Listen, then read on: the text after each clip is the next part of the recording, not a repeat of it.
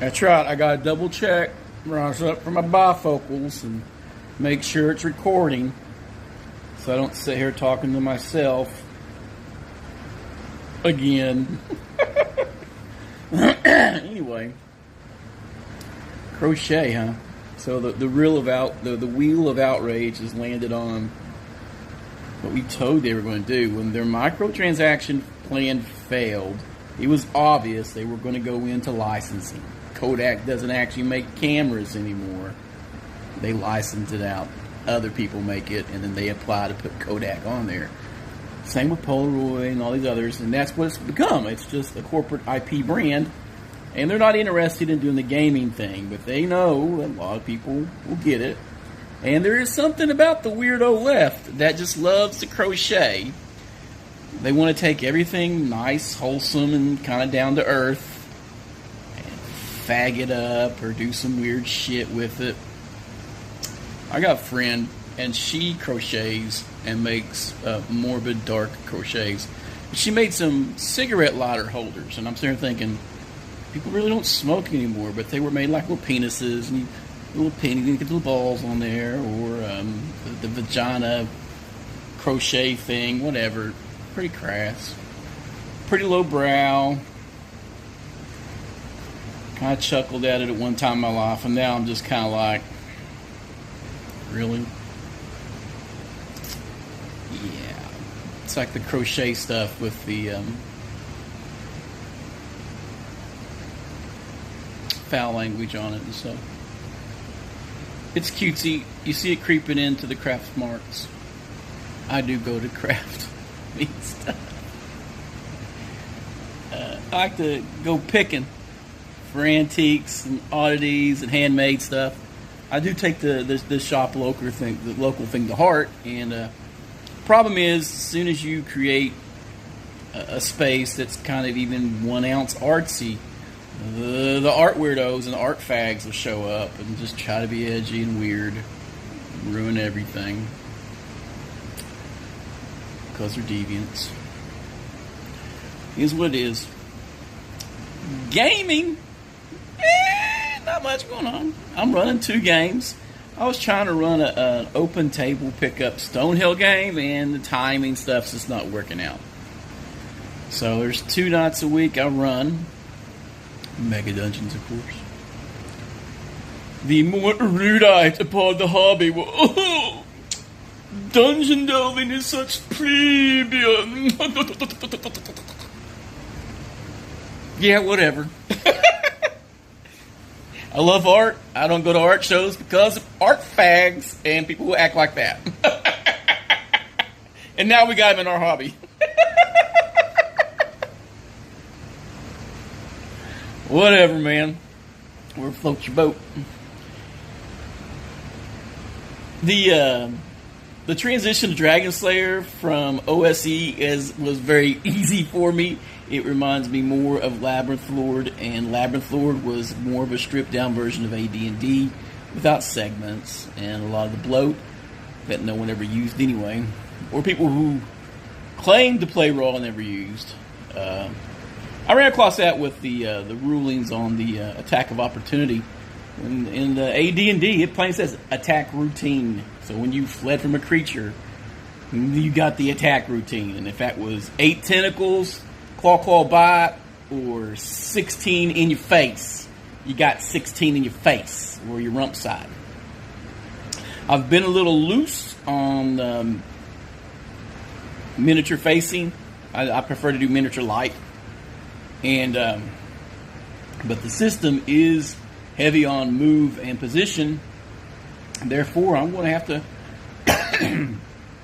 lay the line down when it comes to cleaving in your front arc. And if it's in your back, you don't get your shield, and they get they may get a plus to hit, but you just don't get your shield. I don't think you get any plus to hit from the back because you're still trying to dodge as long as you're aware. But the shield can't be slung over your shoulder like a crazy person. It doesn't work like that. So I'll probably have to have a conversation with my players, about that before next session. Had a brain fart moment. last session. Got a little irritated, and I shouldn't have. I don't allow hirelings.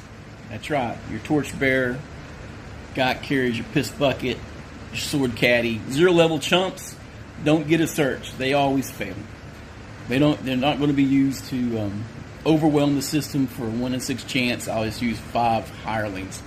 Now, your class henchmen, however, are class professionals and therefore should get their roles.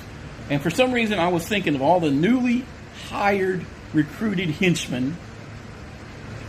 They were 0 level hirelings in my head for some reason. So I was getting aggravated. They were trying to make them all search, which they can. They're class characters. I make mistakes. Every DM does, and if they say they don't, they're full of shit. People forget stuff. Players won't point that out if it's ever in their favor, but man, you forget something that goes against their favor, man. They get a little red. You don't want to be rolling up a new character. Eat dirt, taste sloth.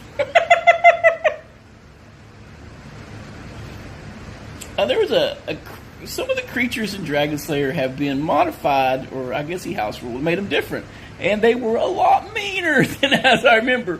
The party got wiped, almost got wiped. They managed to they hat tricked it and pulled it out against a spectator, and spectators are always like a joke creature for me, right? I was always like, whatever, and it was vicious. I overlooked its bite attack, which it didn't use the entire combat, which was up from D4 plus 1 to 2D8. That's 2 to 16 points of bite, which I overlooked. No one seemed to mind that. One of the eyes was changed to be a fear ray, and a fear, a paralyzer, and a damage ray for its 3 was just unbelievably just laying waste to the party. If they ever have to fight a beholder, they're in bad shape because they're even meaner.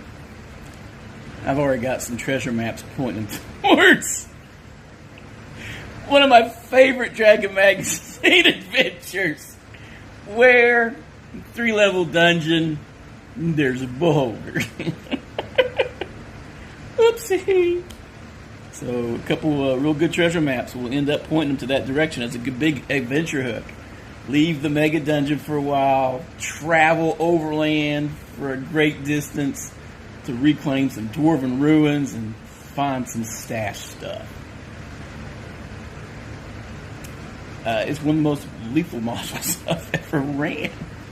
So we'll see if they pull it out. They're getting pretty big for their britches. They're going to break into that 5th level range real soon. I'm so proud of my growing boys. They're getting so big.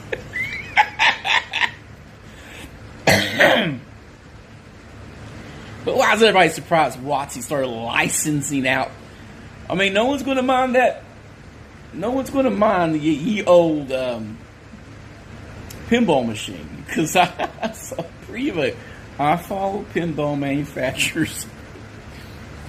They look awesome. So I'll play the pinball. They can license that all day. The endless merchandising and consumerism, I do find distasteful when it's on stupid stuff. My daughter got me a pair of Dungeons & Dragons boxer shorts. I smiled. I said, thank you. I love these. I was mortified. I was like, whoa. What's next? An Ernest toothbrush? I like Ernest too. I'm just saying. You know what I mean? You know what I mean, Ernest? He's a great Kentuckian. And so I'm just tossing stuff out there. The games are going good. I get to play 1 day a week. My wizard got smoked. Because my party's a bunch of pussies. So I made a ranged fighter thief, which, if anybody's familiar with Dragon Slayer, if you go by a suggestion to take all the restrictions on your multi-class, it is very difficult. So I'm going to play a ranged skulker, and I will never get near the front line again, since the main tank is terrified of going toe-to-toe with anything. Would rather use a sling. So I'll be hanging to the back with a bow, maybe climbing some trees and walls for a high ground advantage all the time. And when they complain about it, I'll be like, but I'm just a girl. I'm basing on Sydney Sweeney since everybody's busting on her lately. AI is a cool tool for portraits, man. Just, oh, that's cool. Because I can't draw. You think I will pay some Nimrod internet $50 to draw me a picture for my character? You are out of your mind. You don't know what a miserly old fart I am. But yeah, I don't know. Gaming's going good. The hobby seems to not be crying about stuff as much. I keep hearing whispers of another D&D killer. Wancy doesn't need any help killing Dungeons and Dragons. All right, they're doing it themselves. Besides, it's not even a game any of us play. It's a brand that used to be a great game when we were children. We're young adults.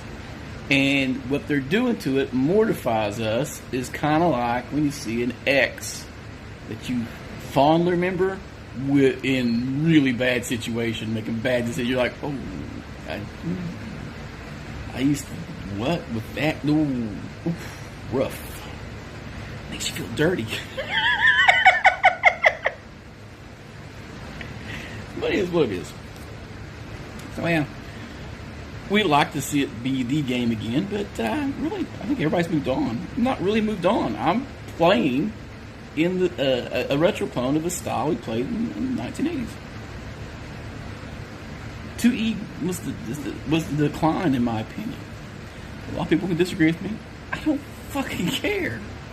Disagree. Go play your games. Scream how terrible dungeon delving is, and I don't know, play your conversation game, or political intrigue, or vampire, the drag show, whatever. Just, I will make fun of it. Don't you worry about that. I will make fun of it. Keep doing what I'm doing. There are a lot of people who come into the hobby because they were all locked in their house. That's it. They were locked in their house, discovered something cool, and they're going to be doing other stuff as, you know, the world goes back to quasi-normal. Let's see.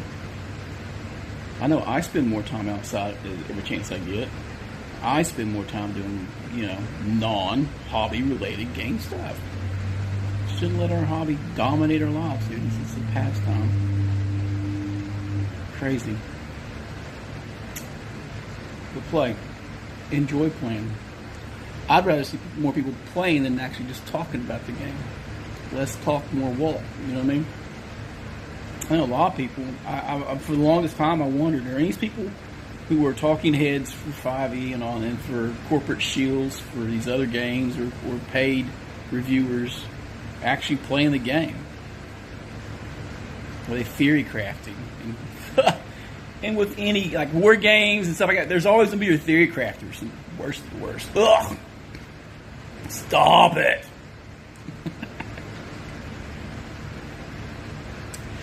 I don't know, I probably should have had a topic. Just kind of rambling. That's usually best for, like, live streams, but, you know. There wasn't nobody tuning in my live streams, and live kept interrupting, so the dragon review to make yourself a better DM went out the window. Maybe I'll pick it back up. I don't know. I do encourage you all to pick up the older issues of, well, at least the PDFs, and flip through the old zines and the old Dragon magazine and read the forums, read the articles, think about it. And if it helps you become a better DM or a better player, yay! If it don't, no one cares.